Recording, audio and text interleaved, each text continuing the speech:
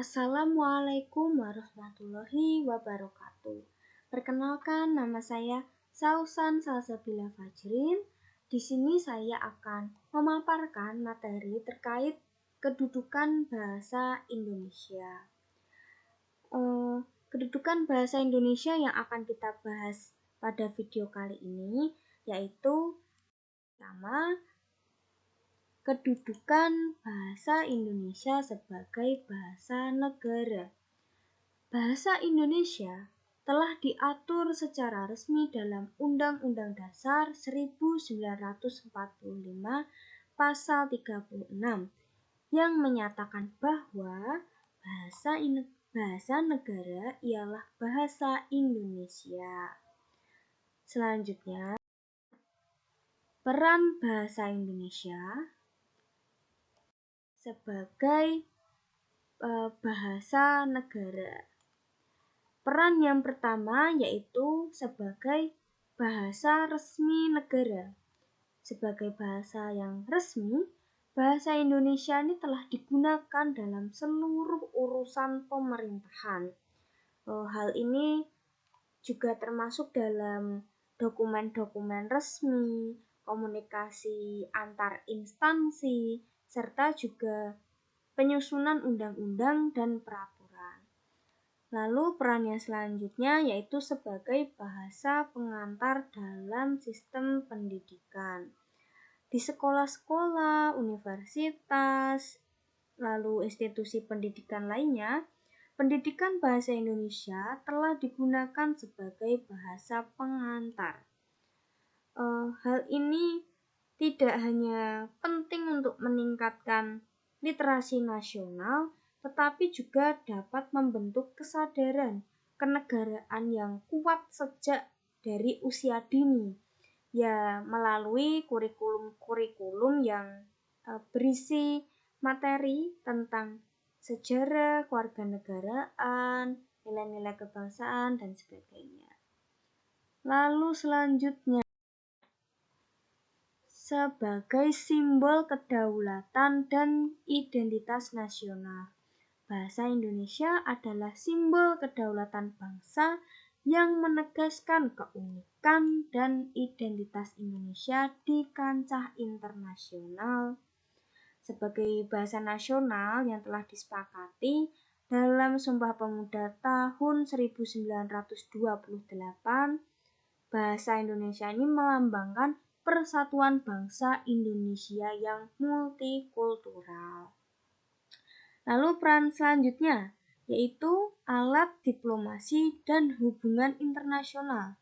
Dalam hubungan diplomatik, bahasa Indonesia telah digunakan dalam komunikasi resmi dengan negara-negara lain, termasuk juga dalam perjanjian internasional, negosiasi, dan konferensi internasional. Bahasa Indonesia ini dapat menjadi representasi resmi Indonesia di mata dunia yang mencerminkan kebanggaan dan juga jati diri bangsa.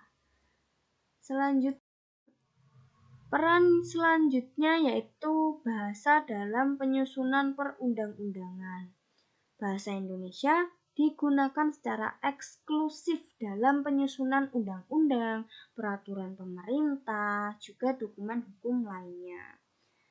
Penggunaan bahasa yang tepat dan juga jelas dalam perundang-undangan dapat memastikan bahwa hukum dapat dipahami oleh semua warga negara tanpa terkecuali, dan proses kenegaraannya dapat berjalan sesuai dengan konstitusi.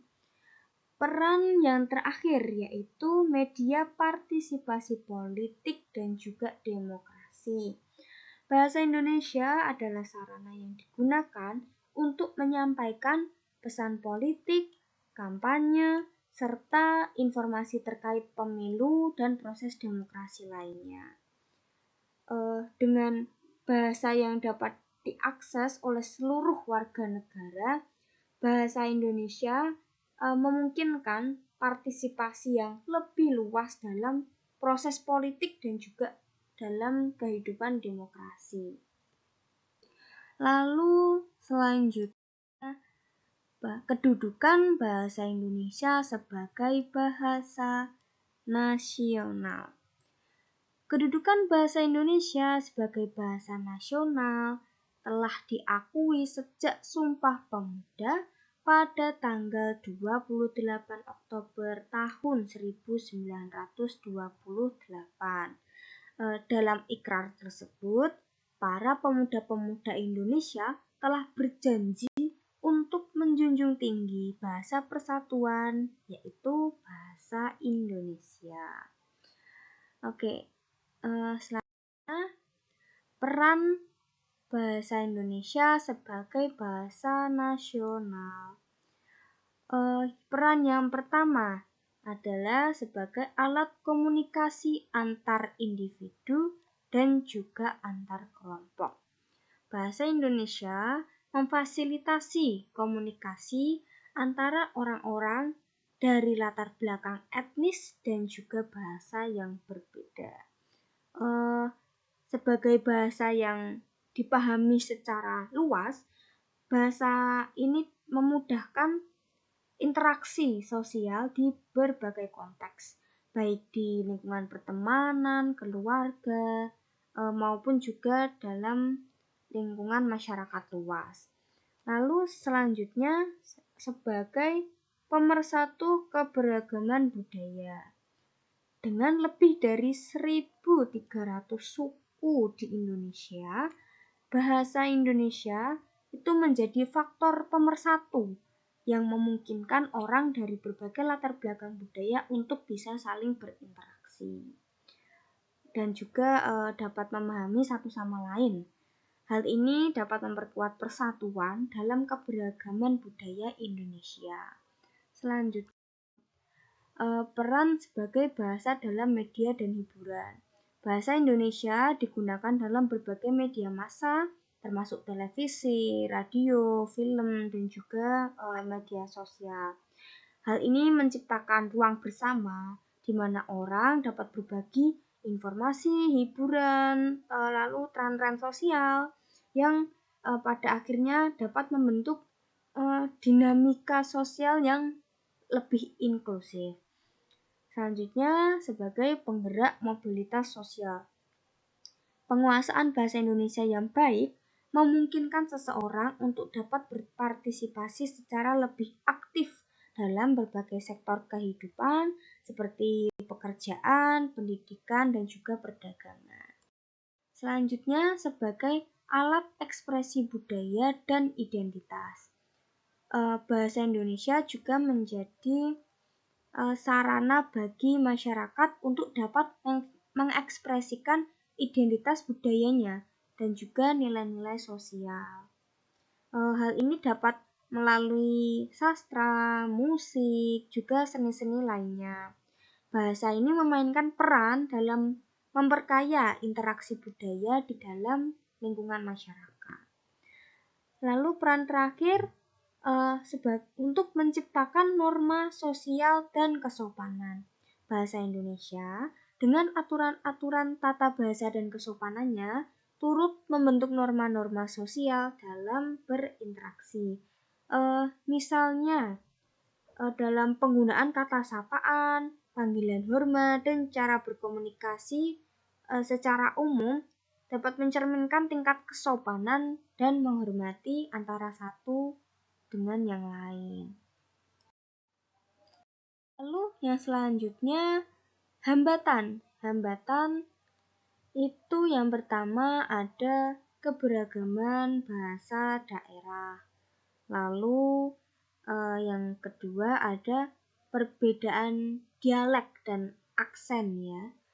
Lalu yang ketiga ada juga pengaruh bahasa gaul dan juga slang. Slang itu kata-kata singkatan mungkin ya. Lalu hambatan selanjutnya yaitu pengaruh bahasa asing dalam bidang iptek.